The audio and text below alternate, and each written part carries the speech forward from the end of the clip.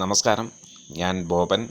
ഇന്ന് ഞാനിവിടെ ചെയ്യുന്ന സിനിമയുടെ റിവ്യൂ എന്ന് നിൻ്റെ മൊയ്തീൻ.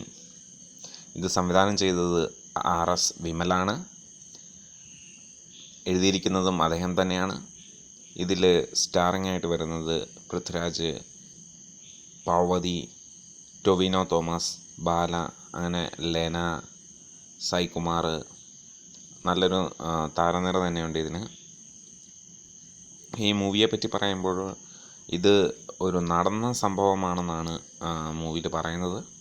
മുക്കത്ത് നടന്ന ഒരു കഥയായിട്ടാണ് ഇതിൽ ചിത്രീകരിച്ചിരിക്കുന്നത്. ഇതിൻ്റെ പാട്ടുകളൊക്കെ വളരെ നല്ല പാട്ടുകളാണ്. പിന്നെ ഈ സിനിമ പലയിടത്തും വളരെ സ്ലോ ആയിട്ടാണ് നീങ്ങുന്നത്.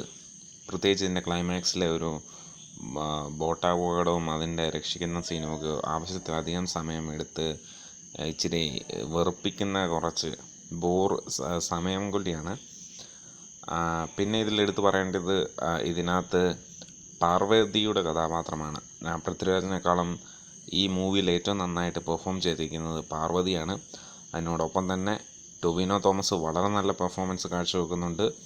പിന്നെ ലെന, ഈ 3 പേരും വളരെ നന്നായിട്ട് അഭിനയിച്ചിട്ടുണ്ട്. പിന്നെ ഈ പടത്തെ പറ്റി പറയുമ്പോൾ ഇതൊരു നഷ്ടപ്രണയമാണ്. കുറച്ച് പേർക്ക് ഇത് വളരെ ഇഷ്ടപ്പെടുന്നുണ്ട്, വളരെ ഇഷ്ടപ്പെട്ട ആൾക്കാരുണ്ട്. പക്ഷേ എനിക്കിതൊരു ആവറേജ് മൂവി അത്രേ പറയാനുള്ളൂ. 10ൽ ഇതിൻ്റെ റേറ്റിംഗ് ഞാൻ കൊടുക്കുന്നത് 6.5 കാരണം ഇതിൻ്റെ പിക്ചറൈസേഷനൊക്കെ വളരെ ഭംഗിയായിട്ടുണ്ട്.